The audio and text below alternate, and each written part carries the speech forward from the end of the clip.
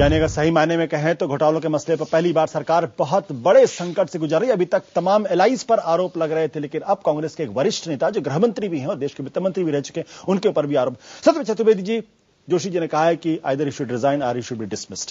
क्या उनको इस्तीफा देना चाहिए या सैक करना चाहिए? बिल्कुल कतई नहीं। क्यों? मैं किसी का वकील नहीं हूं, मैं किसी की वकालत नहीं कर रहा हूं। अपने विवेक से इस पूरे मसले पर मैंने जो समझा है वो बात कह रहा हूं। आरोप क्या है चिदम्बरम पर?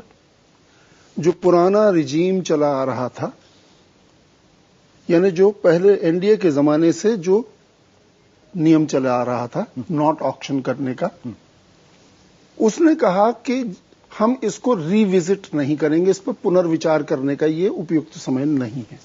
ये किसी ने ये आरोप लगाया कि चिदम्बरम ने पैसा ले लिया? किसी ने क्या ये आरोप लगाया कि चिदम्बरम ने कोई गैर कानूनी आदेश पारित कर दिया जिसके कारण स्कैम हो गया?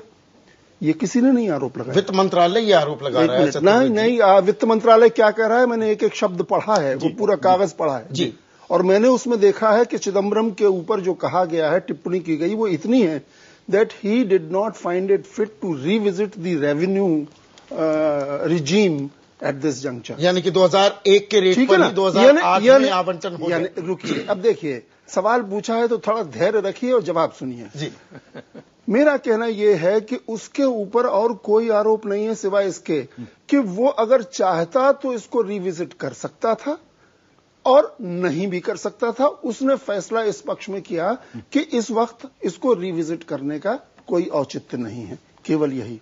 यानी उसके विवेक पर आप प्रश्न उठा सकते हैं, उसकी नीयत पर नहीं, उसकी इंटीग्रिटी पर नहीं। विवेक पर सवाल। और मैं एक बात पूछूं, अगर कल को कोई ये कहने लगे कि अटल बिहारी जी वाजपेयी लाहौर तक बस ले गए थे, उसकी वजह से कारगिल का युद्ध हो गया और उसकी जिम्मेदारी अटल बिहारी वाजपेयी पे है, तो क्या ये बात उचित होगी?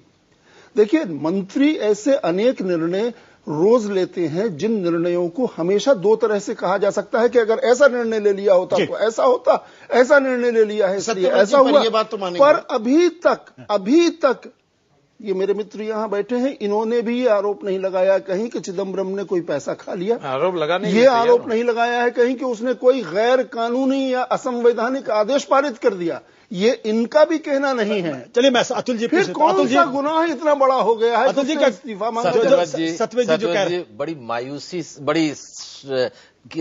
बड़ी तीरंदाजी के साथ और बड़ी तीरगोई के साथ आपने कह दिया कि साहब अटल जी तो बस लेके गए थे और कारगिल का युद्ध हो गया, किसी ने उनके ऊपर आरोप नहीं लगाया। मैं आपसे कहना चाहता हूं कि उस दौर के अंदर कांग्रेस पार्टी ने कई काम रोको प्रस्ताव और हर बार इस सवाल को उठाया कि एक तरफ लाहौर विवेक का सवाल, मैंने देखिए विवेक के साथ जो गलत इन्होंने उदाहरण पेश किया, बाकी विवेक आप जो कह रहे हैं विवेक की बात नहीं, आप बिल्कुल न बोले। विवेक का सवाल आपने उठाया इसलिए आपने गलत उदाहरण पेश कर दिया, क्योंकि आपकी पार्टी ने इसको मुख्य मुद्दा बनाया था। उदाहरण गलत हो गया। मैं इस बात को फिर स्पष्ट कर दूं।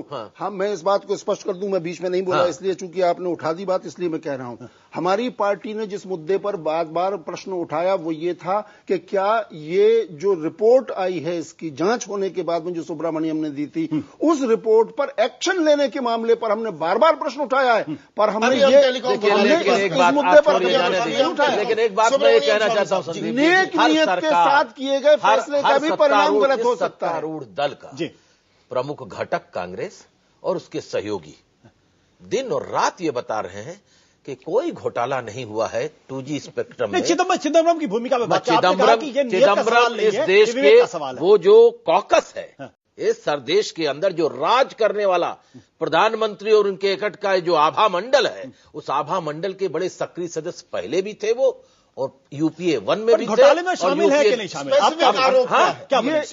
जो सरकार कैसे नहीं घोटाले में शामिल है? आप मंत्री होकर के सारे आदेश दे रहे हैं और आप कहें सब में शामिल है और सबसे जुदा भी रहना चाहते हैं, सब कामों में शामिल। मैं यही पूछना चाह रहा हूं, कौन सा आदेश कहां उसने लिखा है कि ऐसा किया जाए, ऐसा नहीं? मुझे बड़ा ताज्जुब ये हो रहा है। का ही प्रश्न है ना आपसे, मुझे बड़ा तो आप मंत्री रहकर विवेक का प्रयोग नहीं कर रहे हो। जान भाई, मुझे बड़ा ताज्जुब ये हो रहा है कि जिस एनडीए की सरकार ने ये नीति बनाई थी नोट ऑक्शन की, उस पर कोई सवाल नहीं पूछ रहा है। मैं पूछ रहा हूं, और सवाल इस बात में पूछा जा रहा है कि उस नीति को बदला बोला क्यों नहीं चिदम्बरम ने, इस पर सवाल उठाया जा रहा है। अजीब बात है। उसी एनडीए के गुनाह की वजह से तो सरकार बदल दी गई और आपसे उम्मीद थी कि उसकी सारी नीतियों को आप बदलेंगे, लेकिन उसी को आपने चलाया। आप मुस्कुरा रहे हैं, आप याचिकाकर्ता भी हैं, जो रिस्पांस दे रहे हैं सत्यव्रत साहब कि विवेक की बात है, यहां पर आरोप कैसे आ गया, दोषी कैसे हो गए चिदम्बरम, कैसे दोषी हो गए? देखिए, जहां तक राजा है वो आज जेल में है, उसके नाम पर चार्जशीट है, चार्ज ई, कई चार्जेस हैं, उसमें चार्ज ई है कि क्योंकि इन्होंने दाम 2001 का तय किया जी, इस जो दाम 1/10 है 2008 का, इससे बहुत बड़ा नुकसान यानी रेवेन्यू लॉस देश के लिए हुई थी और उन्होंने ये फैसला किया था। अब जो मैंने दस्तावेज पेश किए हैं, जो सीबीआई ने देखा नहीं था या नजरअंदाज किया था, उस दस्तावेज से साफ होता है कि राजा और चिदम्बरम दोनों पहले तो अधिकृत थे, कैबिनेट की डिसीजन थी 2003 की कि दोनों मंत्री ये दाम तय करेंगे और कैबिनेट को रिपोर्ट करने की जरूरत नहीं है, सिर्फ प्रधानमंत्री को अवगत कराने की जरूरत है। इन दोनों की 4 मीटिंग्स हुई थी। चिदम्बरम ने प्रधानमंत्री को चिट्ठी लिखी, चिदम्बरम ने राजा को चिट्ठी लिखी और आखिर में 4 तारीख जुलाई को दोनों मिलकर बताया उनको कि हमने ये दाम तय किया है। तो यदि राजा दोषी है वो कम दाम तय करने में, तो वो अकेला नहीं था, ये दोनों मिलकर किया, इसमें पूरा सबूत पेश किया। आपने बट आप जो सवाल खड़े कर रहे हैं, जो वित्त मंत्रालय की चिट्ठी है उसके आधार पे कि भाई हमारा विवेक था, विवेक के आधार पर नहीं, उसमें विवेक का सवाल नहीं है, बट विवेक का सवाल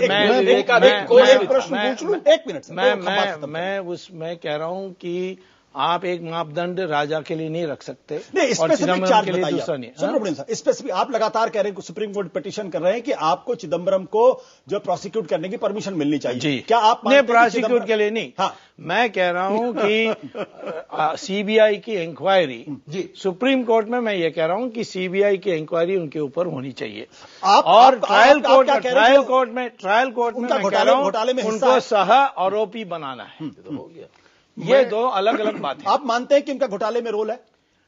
चिदम्बरम जी, निश्चित तौर पर उसको पैसा भी मिला है। मैं एक छोटा सा प्रश्न पूछ लूं अगर आपसे इजाजत हो तो।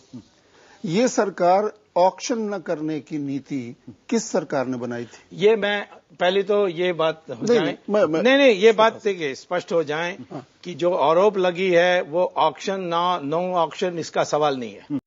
जो दाम तय हुआ 2001 का, जब ये सबको पता था कि 2008 का दाम कई गुना ज्यादा है, मेरी राय में 10 गुना ज्यादा था, क्योंकि इन्होंने बाद में लाइसेंस बेची 8 गुना दाम पर जी, तो इसीलिए ये जो दाम कम दाम तय किया ये दोनों मिलकर किया।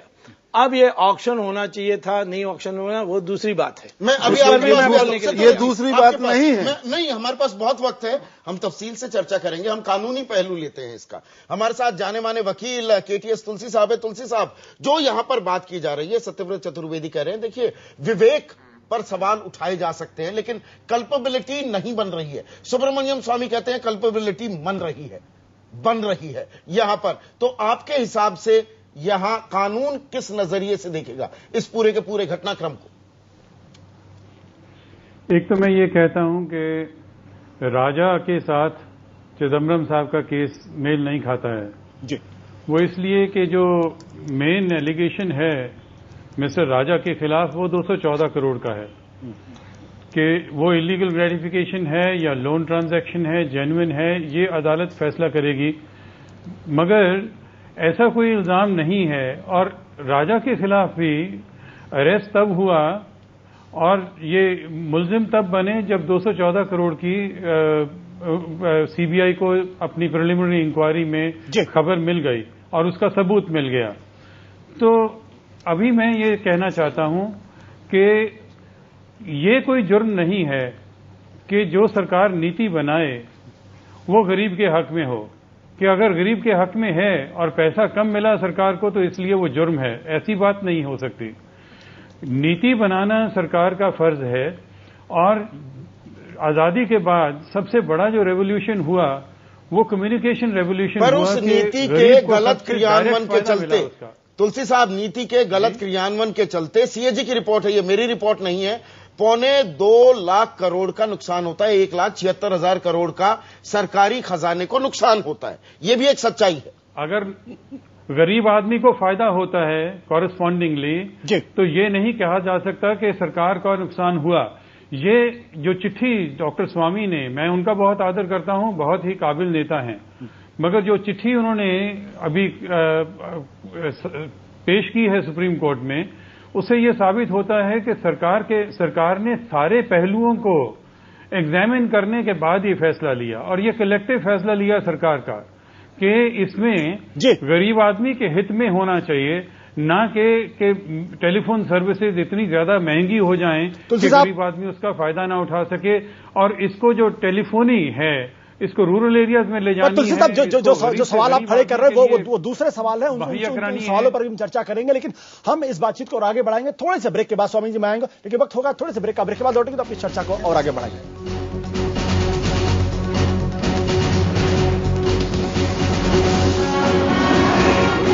मसले मामला विशेष पेशकश लगातार। चित्र चतुर्वेदी, जो बात केटीएस तुलसी साहब कह रहे थे, आप उनसे इत्तेफाक रखते हैं? देखिए, मैं इत्तेफाक इस हद तक रखता हूं, और मूलतः उन्होंने जो बात कही वो वही कही जो मैं भी कह रहा था। जब तक आप किसी व्यक्ति के विरुद्ध कोई कल्पेबल ऑफेंस नहीं, अगर आप उसकी प्राइमरी ऑफेंसी नहीं आप बनाते, तब तक उसको कल्पेबल कैसे ठहराएंगे आप? हुआ जितना है वो यही है जिसमें मैंने शुरू में उठाया। मंत्रियों के सामने रोज आने तमाम फैसलों के लिए फाइल्स पहुंचती, मतलब नीति का चक्कर हो सकता है, नियत का चक्कर नहीं। यही बात कह रहे हैं, सुन लीजिए ना। मंत्री बहुत सारे फैसले लेते हैं, डिसीजंस लेते हैं। इस बात को दृष्टि में रखा जाए, सरकार केवल कोई व्यापारिक संस्थान नहीं है, वो समाज के कल्याण के लिए, समाज कल्याणी उसका चरित्र होता है। समाज के कल्याण के लिए, गरीब लोगों के लिए बहुत सारी योजनाओं के लिए अरबों रुपया खर्च किया जाता है। अब कहा जाए साहब सरकार के खजाने का तो नुकसान कर दिया मंत्री ने, तो लिहाजा उसके ऊपर कोई कार्रवाई की जाए, ये कोई तुक है, कोई तर्क है? आपने अगर इस बात के अलावा कोई दूसरा प्रमाण इस बात का दिया होता है कि चिदम्बरम ने कहीं गैर कानूनी कोई काम किया या संवैधानिक सीमाओं को कहीं उल्लंघन किया, या कहीं उनके विरुद्ध कोई एक भी प्रमाण इस बात का हो कि उसने जो बात आप कह रहे हैं, फाइनेंशियल इंटरेस्ट, सुब्रमण्यम स्वामी जी, कोई इरेगुलरिटी नहीं, कोई भी असंवैधानिक काम नहीं किया। मैं आपको कहना चाहता हूं कि राजा की इस्तीफा हुई थी नवंबर 16 तारीख, 12 तारीख नवंबर को सीएजी की रिपोर्ट आई थी, और सीएजी की रिपोर्ट में राजा के ऊपर कोई व्यक्तिगत आरोप नहीं था कि उसने रिश्वत लिया, पैसा लिया, कुछ किया। उसमें यही था कि उसने जानबूझकर, उन्होंने लाइसेंसेस की फर्स्ट कम फर्स्ट सर्व इसमें चंद लोगों को दिलवाया, और दूसरा कि उसने दाम बहुत कम तय किए जिससे राष्ट्र का नुकसान हुआ। उस कारण से जांच शुरू हुई। जांच के काल में ये 214 को कलेंजर टीवी, ये बाद में आया जी, कलेंजर टीवी का। मैं चिदम्बरम के बारे में बात कर रहा हूं, सुब्रमण्यम नहीं, मैं चिदम्बरम के बारे में बात कर रहा हूं। चिदम्बरम ये 214 का कहा ना, अब इसको डाइवर्ट मत करिए। मैं कह रहा हूं इन्होंने तो 214 का बात उठाया, 214 कन्नी मोड़ी के लिए था। चिदम्बरम के रोल के बारे में बताइए, चिदम्बरम का क्या रोल था? मैं आ रहा हूं, फिर ये 214 की बात मत करो। चिदम्बरम के बारे वही आरोप है जिस आधार पर राजा को इस्तीफा देना पड़ा और सीबीआई की इंक्वायरी हुई थी। स्पेसिफिक क्या है? स्पेसिफिक है कि ये और राजा मिलकर साजिश की कि दाम कम तय हो और उससे राष्ट्र का नुकसान हुआ है। यही सत्यव्रत साहब मैं आपसे सवाल पूछना चाह रहा हूं। पलटकर आप कह रहे हैं चिदम्बरम साहब को पूरी जानकारी थी, ये तो बात अब खुलासा हो गया है। चिदम्बरम साहब आप कह रहे हैं विवेक का इस्तेमाल किया। जो राजा जिस पद पर राजा जाने को तैयार थे, चिदम्बरम भी उनके साथ कदम ताल कर रहे थे। अगर राजा पर दोषी होने का आरोप मढ़ा जाता है तो चिदम्बरम पर क्यों नहीं? मेरा सवाल यह है आपसे। चिदम्बरम हो या राजा हो या मैं हूं या कोई भी हो, कानून से ऊपर कोई व्यक्ति नहीं है, और इसलिए अगर कानूनन उनके विरुद्ध कोई ऐसे प्रमाण उपलब्ध हैं जो इस बात की ओर संकेत करते हैं कि इन्होंने अपनी सीमाओं का उल्लंघन किया है, गैर कानूनी काम किया है, उससे कोई लाभ उठाया है, तो वो निश्चित रूप से दोषी। सीबीआई को जांच करनी चाहिए। लेकिन आप उसके लिए तैयार होंगे? देखिए, सुनिए, अब रोजाना आप किसी के भी व्यक्ति के ऊपर एक आरोप लगा करके इससे पूछे कि सीबीआई से जांच करवाई जाए। मुझे जहां तक व्यक्तिगत रूप से, जहां तक मेरी अपनी सोच है, मैं समझता हूं किसी ना किसी क्रेडिबल इंस्टीट्यूशन के माध्यम से उनको क्लीन अपने आप को बिल्कुल दिखाना चाहिए, और वो ऐसा करने में सफल होंगे। प्रधानमंत्री के आने का प्रतीक्षा करें। सीबीआई की जांच हो जाए तो कोई दिक्कत नहीं होगी ना। मुझे नहीं मालूम, ये फैसला मुझे थोड़ी करना है, ये तो सरकार को करना है। मैं ये समझता हूं कि जो हमारे वरिष्ठ कानून के ज्ञाता तुलसी साहब ने बात किया, तो मुझे लग रहा था कि वो किसी की पैरवी कर रहे हैं और अभियुक्त की पैरवी कर रहे हैं। इसमें 214 और के प्रश्न ये है कि आज ये सवाल खड़ा किया जा रहा है कि सीएजी की ने जो रिपोर्ट दी है वो गलत है। सीएजी ने जो रिपोर्ट दी वो देश के हित में दी है, और सीएजी की संस्था देश के हित में है। गरीब और क्या सरकार की नीति का सवाल नहीं, सरकार की नीतियों का मूल्यांकन, आर्थिक मूल्यांकन करने का काम संवैधानिक जिम्मेदारी सीएजी की है, और सीएजी ने उस बुनियाद पर जो काम किया है वो सही किया। और मैं अब यहां कहना चाहता हूं कि प्रधानमंत्री कार्यालय से जो पत्र गया चिदम्बरम साहब के संबंध में, वित्त मंत्री के रूप में, वित्त मंत्री का जो जवाब गया है प्रधानमंत्री कार्यालय में, वह पत्र इस बात को दर्शाता है कि कहीं न कहीं पूरे प्रकरण में सीधे सीधे लिप्तता थी चिदम्बरम साहब की। और इस बुनियाद पर अब किसी क्रेडिबल ऑर्गेनाइजेशन से जांच हो या ना हो, लेकिन जब आप जैसे प्रधानमंत्री ने एक बात कहा था कि सीजर की पत्नी को भी संदेह से परे होना चाहिए, मैं समझता हूं कि गृह मंत्री जो है इन्हें संदेह से परे होने के लिए एक ऐसा रास्ता होना चाहिए। इनके खिलाफ आपने बेबाकी से कहा कि जांच हो, कहां से जांच हो वो आप तय नहीं करेंगे, बात ठीक। मेरा सवाल सुन लीजिए, मुझे मेरा सवाल सुन लीजिए। पहले एक फैक्ट तो मुझे क्लियर कर देने दीजिए। ये अवधारणा मेरे मित्र अपनी आप अध्ययन कर लें, वो विद्वान है खुद, पर अध्ययन कर लें।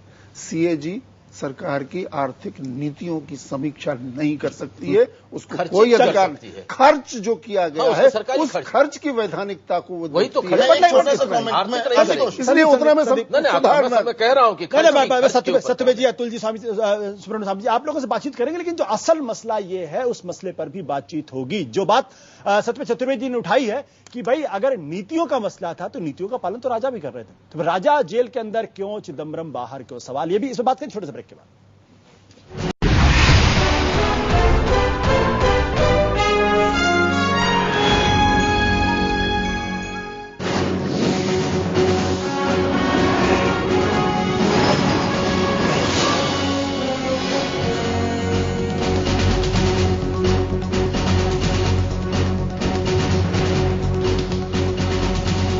और वक्त है एजेंडा के विशेष कार्यक्रम में आपका स्वागत है। लेकिन हम आपको बता दें, इस वक्त हम बात करें चिदम्बरम का नाम जिस तरीके से टूजी घोटाले में आया है और जिस तरीके से राजनीति में हड़कंप मचा, उस पर बात करने के लिए हमारे साथ इस विशेष मेहमान है। आप लगातार देख रहे हैं 8 बजे से सत्यवेद चतुर्वेदी जी हैं, अतुल अंजान जी और साथ ही सुब्रमण्यम स्वामी। थोड़ी देर हमारे साथ जुड़ने वाले बीजेपी के वरिष्ठ नेता प्रवक्ता राजीव प्रताप रूडी। सत्यवेद चतुर्वेदी जी, मैं आपका ध्यान दिलाना चाहूं, जब टूजी घोटाला सामने आया था उस वक्त आपके जो वरिष्ठ मंत्री थे उनका साफ कहना था इसमें किसी तरीके का कोई घोटाला नहीं है, किसी एक पैसे का घोटाला नहीं।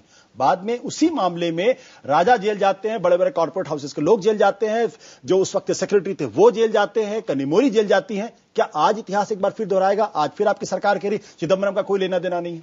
इसलिए मेरा कहना है कि मेरे कहने से या इनके कहने से या आपके कहने से किसी आदमी को न तो जेल भेजा जा सकता है और न उसको क्लीन चिट दी जा सकती है। सरकार लिपापोती कर रही है, मेरा आरोप आपके ऊपर है, सरकार के ऊपर वो कांग्रेस पार्टी, सरकार और कांग्रेस, जहां तक कांग्रेस पार्टी का है, कांग्रेस पार्टी का इस समूचे प्रकरण से तो कोई सीधे तौर पर कोई लेना देना चिदम्बरम आपके पार्टी सिवाय इसके कि चिदम्बरम हमारे पार्टी के हैं, सरकार में हमारी पार्टी मेजर कॉन्स्टिट्यूएंट है, ये बात जरूर सही है।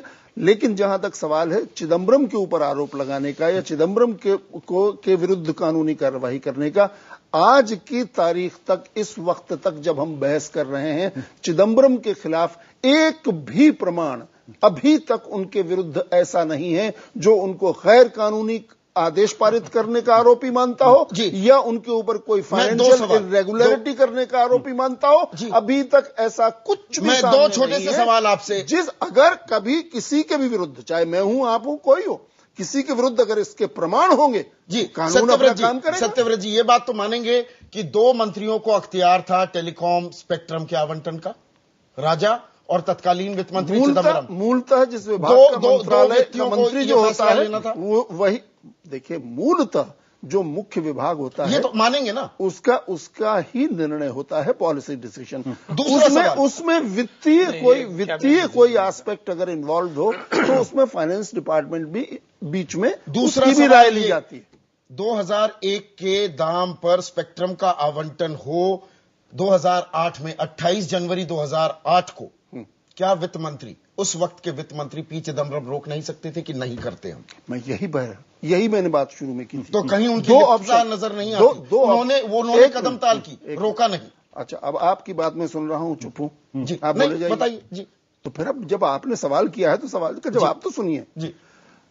क्या कर सकते थे, क्या नहीं कर सकते थे? दो विकल्प मैंने शुरू में कहे उनके सामने थे। एक, वो ये निर्णय ले सकते थे कि नहीं, इसको रिविजिट किया जाए। अब 2001 की बजाय 2008 में कोई औचित्य नहीं है कि उन दामों के आधार पर ऑक्शन किया जाए। वो इसमें हस्तक्षेप कर सकते थे, उनको अधिकार था, उनके अधिकार को कोई चैलेंज नहीं कर रहा है। उन्होंने ये भी अधिकार उनको था कि वे उन कारणों के चलते, जो कारण उन्हें ज्ञात है, मुझे नहीं ज्ञात है, उन किन कारणों से उन्होंने निर्णय लिया, ये समय आने पर शायद वो इसको स्पष्ट भी करेंगे, चुप नहीं बैठे रहेंगे, वो स्पष्ट करेंगे, सारे कारण बताएंगे।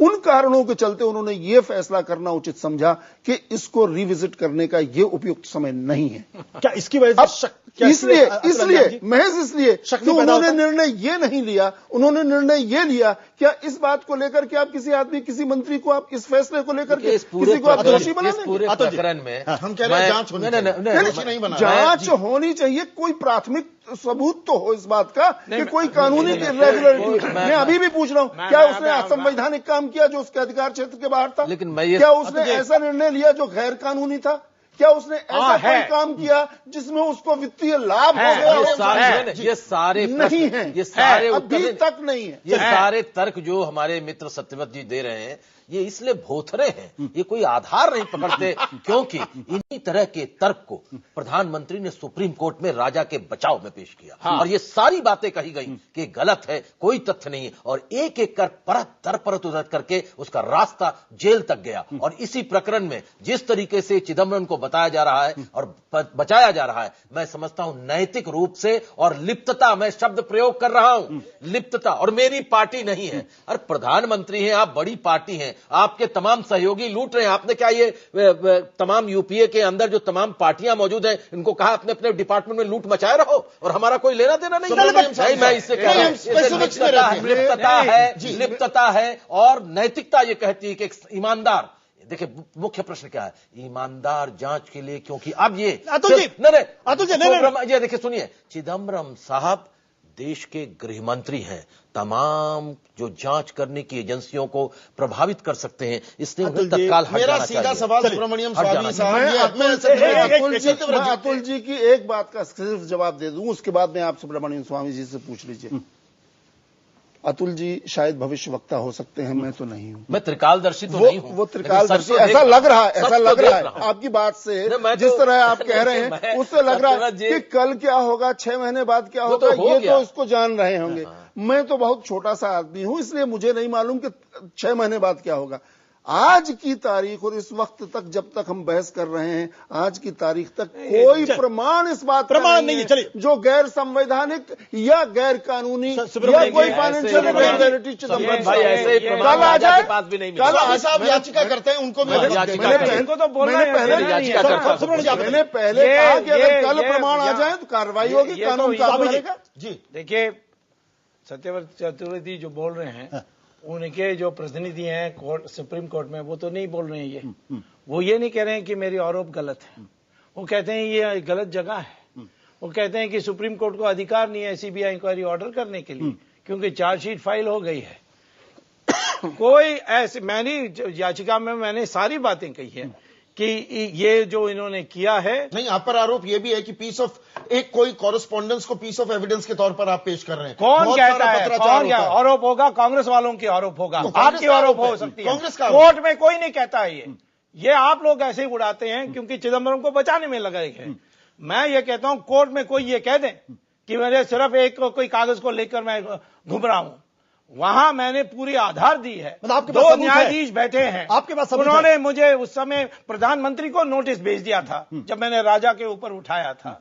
आज बहस चल रही है, बहस में ये जो सीबीआई के जो वकील हैं और जो चिदम्बरम के वकील हैं, दोनों मेरे आरोपों पर सीबीआई की दलील ये है सुब्रमण्यम स्वामी साहब, आज की दलील अदालत में, कि कभी भी वो चिदम्बरम की बात कर रहे थे, वो हमेशा नीलामी के हक में रहे हैं। हालांकि मैं उसका बात अदालत में नहीं आ रही है। चलिए, यही तो प्रॉब्लम है, आपको अज्ञान में आप बोल रहे हैं। जी, मैं कहता हूं कि कोर्ट में वो सिर्फ टेक्निकल बात कर रहे हैं कि ये सुप्रीम कोर्ट का अधिकार नहीं है। कह रही है कि नहीं उनके खिलाफ कुछ नहीं है हमारे पास। कहां कह रही है? कोर्ट में कह रही है, कोर्ट में नहीं कह रही है। स्वामी जी, तुम्हारे सूत्रों के अनुसार जो आप छापते हो वो कहां वहां कह? स्वामी जी, मैं आपसे एक सवाल करता हूं। आप चूंकि इस मामले में आप कर रहे हैं, आपके पास क्या सबूत है कि चिदंबरम की लिप्तता है? सबूत है? उसने पैसा लिया है, मेरे पास प्रमाण है। प्रमाण है आपके पास? सुनिए, एक मिनट, ये बड़ी गंभीर बात कह रहे हैं। मैं कह रहा हूं चिदंबरम को ये गंभीर बात कह रहे हैं मिला, और अगर ये बात कल सिद्ध न हुई तो आप कह रहे सबूत है, किस फॉर्म में सबूत है? मैं क्यों बताऊं आपको? आप सीबीआई को देंगे? मैं तो अभी कोर्ट में सिर्फ सीबीआई इंक्वायरी मांग रहा हूं, वो मेरा हक है। हाँ। और जब ये इंक्वायरी चलेगी तब देखेंगे। राजा के खिलाफ भी मैंने ये नहीं बताया कि कितना पैसा उसने लिया। इसलिए दम है कि एक के बाद एक प्रमाण इस पूरे प्रकरण में ये ला रहे हैं, जब इस तरह के ये आरोप लगा रहे हैं। सर, मुझे उम्मीद है इनके पास होगा। मैं आप लोगों को रोकूंगा। एक याद है वीपी सिंह ऐसे कागज लहरा के कहा करते थे कि ये प्रमाण है हमारे पास में राजीव गांधी के खिलाफ, और उसके बाद में फिर वो प्रधानमंत्री बने रहे, और उसके बाद वो प्रमाण कहां गायब हो गए? एक भी आरोप इसी तरह आज प्रमाण के आरोप दिए जा रहे हैं। कोई भी मेरे ऊपर डेफेमेशन केस नहीं डाल सके। इनके नेता ने डाली अमेरिका में, वो हार के आई है। चलिए स्वामी जी और सत्यव्रत जी, हमारे साथ नए मेहमान राजीव प्रताप रूडी इस वक्त जुड़। राजीव प्रताप जी, जिस तरीके से आपने देखा है स्टूडियो में किस तरीके से गर्मागर्म बहस हो रही है, सत्यव्रत चतुर्वेदी कहना है कि यह नियत विवेक का सवाल हो सकता है, नियत उनकी खराब नहीं थी, और अगर कोई सबूत अभी तक नहीं मिले। स्वामी का साफ तौर पर कहना है कि हां उनके पास सबूत है, वक्त आने पर वो दे देंगे सीबीआई को, लेकिन सीबीआई की जांच के ऑर्डर तो। आपकी पार्टी का क्या कहना है इस पे? देखिए, इसमें मैं सिर्फ 2-3 तथ्य रखना चाहूंगा इससे पहले कि झगड़ा वहां शुरू हो जाए। जी, सबसे पहली बात कि जब शुरू में सेंट्रल विजिलेंस कमीशन ने इस केस को सीबीआई को दिया था, तो उस समय 20,000 करोड़ रुपए का मामला बनता था, और उस समय सीबीआई ने जो केस दर्ज किया वो अननोन इंडिविजुअल्स के खिलाफ। उसके बाद 2008 में आते आते जब सीएजी ने रिपोर्ट दिया, उसके बाद इस पूरे प्रक्रिया में 1,76,000 करोड़ की लूट की बात कही गई। उस समय भी कोई कार्रवाई नहीं हुई। भारतीय जनता पार्टी सभी नेताओं ने उठाया, उसके बाद उच्चतम न्यायालय ने उस केस को उठाया और सीबीआई को सौंपा, और उसके बाद ही आपने देखा होगा कि सीबीआई ने कार्रवाई की उच्चतम न्यायालय के सुपरविजन में, और उसके बाद राजा जेल गए, कन्नी मोहरी जेल गए। और उस समय भी भारतीय जनता पार्टी ये बार बार कहती थी 1,76,000 करोड़ की लूट में अकेला कोई एक व्यक्ति नहीं कर सकता, और लोगों की भागीदारी है। और उसमें बार बार राजा का ये स्वयं कहना कि इसमें जो कुछ भी मैंने किया है, मैंने चिदंबरम साहब की जानकारी में किया है, मैंने प्रधानमंत्री के जानकारी में किया है, और अभी जो दस्तावेज प्रणब मुखर्जी जी का मिला है जिसके बारे में चर्चा हो रही है, उसमें उन्होंने आरोप लगाया है कि चिदंबरम साहब की उसमें मिलीभगत थी। अब इसमें कोई भारतीय जनता पार्टी की अंतिम भूमिका नहीं है या सुब्रमण्यम स्वामी जी की अंतिम भूमिका नहीं है। ये तो एक सच्चाई है जो प्रकाश में आया है, और मंत्रिमंडल में बैठे एक वरिष्ठ सदस्य ने अपने एक सहयोगी के बारे में कहा है। तो आखिर में जब इतनी बड़ी लूट हुई है तो इसकी सच्चाई जानने में और तहकीकात करने में आखिर सीबीआई को क्यों परहेज करना चाहिए, यही मैं कांग्रेस के मित्र भाई सत्यव्रत चतुर्वेदी जी से जानना चाहूंगा। सत्यव्रत जी। नहीं, मुझे नहीं मालूम कि सीबीआई की जांच करने के योग्य इस मामले में कोई प्रमाण है। मैं तो अभी भी यही पूछ रहा हूं, बार बार इनसे भी उनसे भी यही पूछ रहा हूं। वो तो कह रहे प्रमाण है, वो कह रहे नहीं, वो प्रमाण मैं नहीं कह रहा हूं। मैं कह रहा हूं कि जिस आरोप पर आपने सीबीआई इंक्वायरी ऑर्डर की थी राजा पर, वही बेसिस है इन पर भी सीबीआई इंक्वायरी करने के लिए।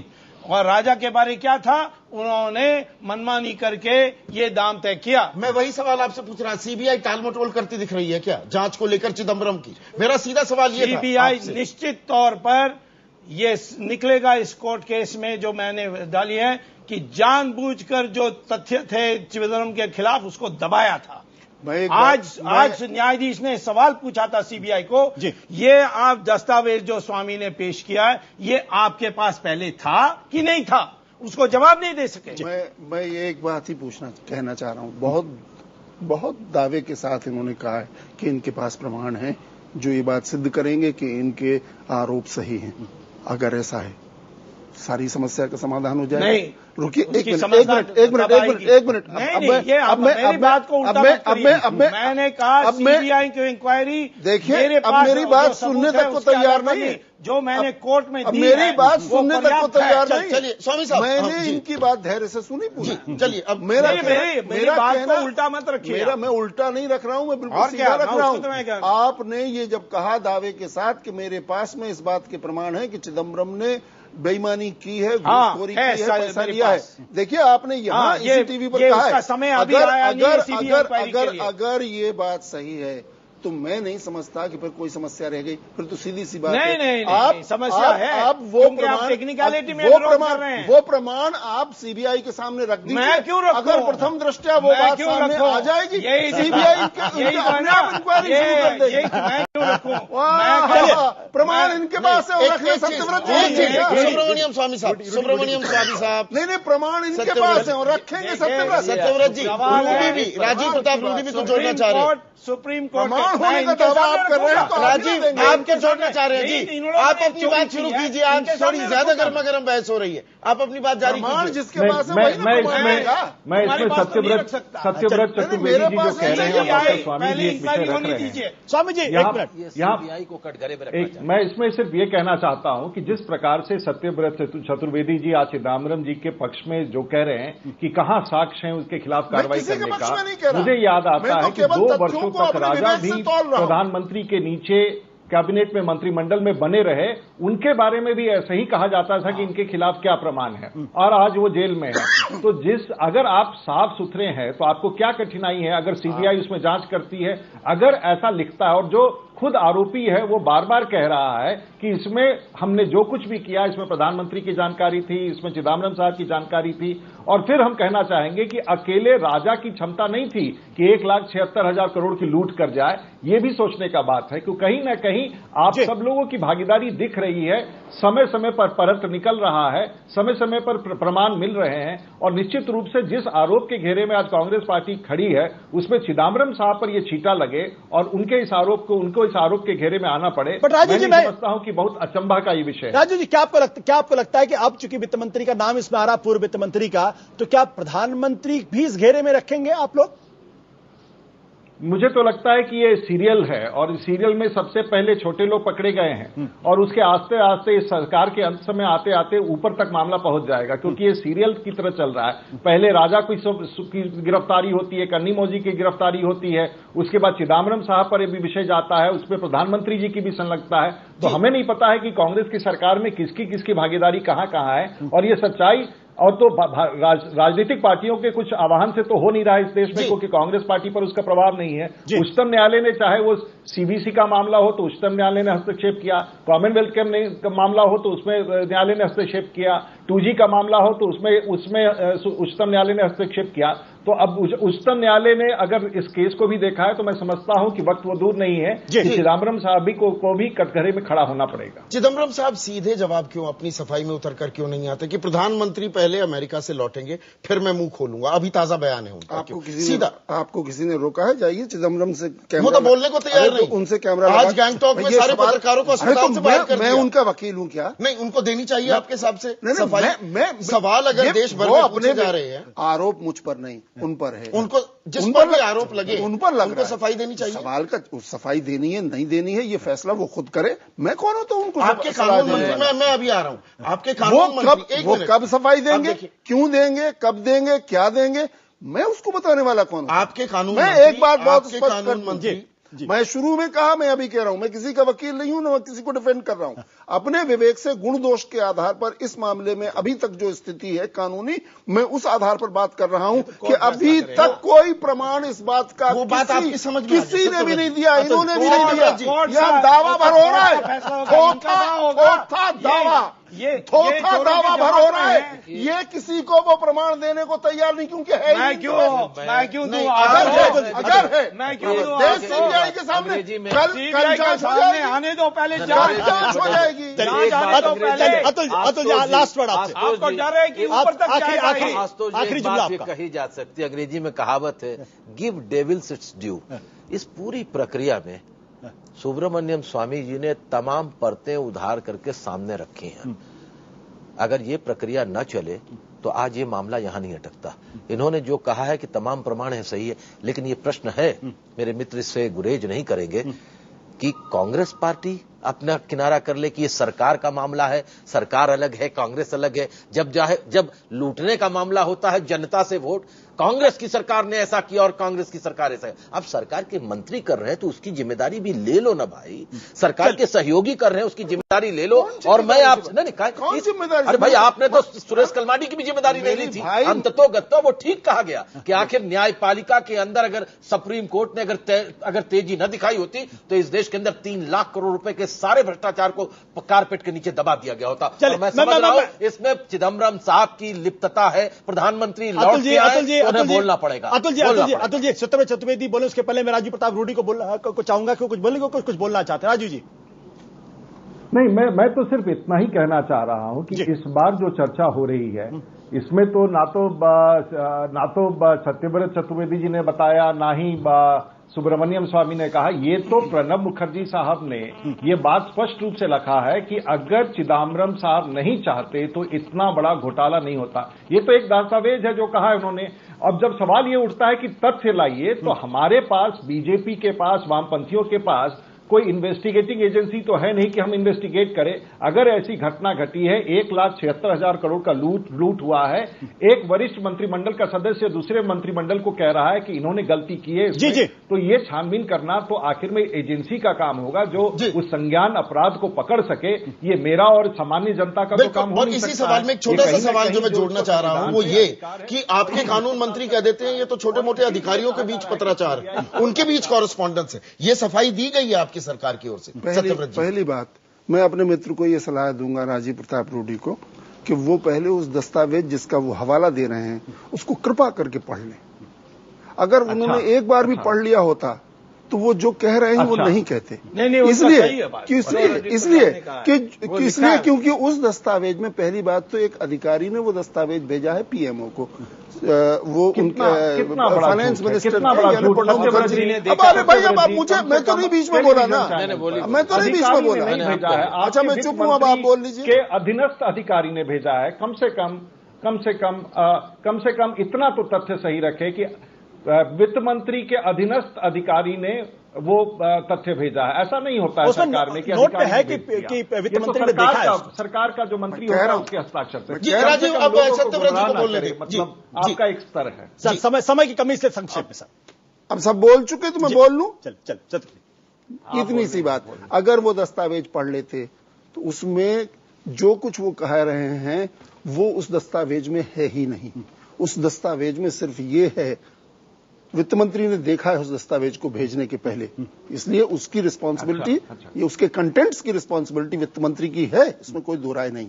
उसमें केवल ये कहा गया कि चिदम्बरम के सामने जब ये मामला प्रस्तुत किया गया, उन्होंने जो पुरानी रिजीम थी या जो पुराने रेट्स थे रेवेन्यू के, उसमें उन्होंने हस्तक्षेप, एंट्री फीस के मामले में खास तौर से एंट्री फीस के मामले में उन्होंने हस्तक्षेप करने का या इस समय रिविजिट करने का, पुनर्विचार करने का उन्होंने निर्णय नहीं लिया, ऐसा उचित नहीं समझा।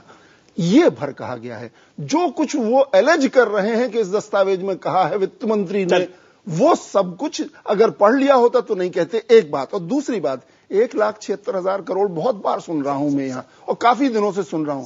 भाई साहब, जेपीसी के सामने और पीएससी के सामने वही जो सीएजी आपके हैं उनसे ये सवाल पूछा गया था कि 1,76,000 करोड़ आपने किस आधार पर असेस किया, तो सीएजी का जवाब नहीं देते। चलिए सर, मैं अपने तमाम मेहमानों सरकार तो सीएजी को उखाड़ फेंकना चाहती है। अपने तमाम मेहमानों से मैं क्षमा चाहते हुए मुझे बातचीत को यहीं पर रोकना पड़ेगा। बहुत बहुत शुक्रिया आप तमाम मेहमानों के इस बातचीत में शामिल होने के लिए। महत्वपूर्ण मसला ये है कि सरकार के एक वरिष्ठ मंत्री का नाम अब आया है, इसलिए मसला और ऐसी गर्म चर्चाएं निश्चित रूप से आगे होती रहेंगी और आप लोगों का उसमें स्वागत रहेगा। वक्त ब्रेक के बाद लौटेंगे तो IBN 7 पर खबरों का सिलसिला चलता है।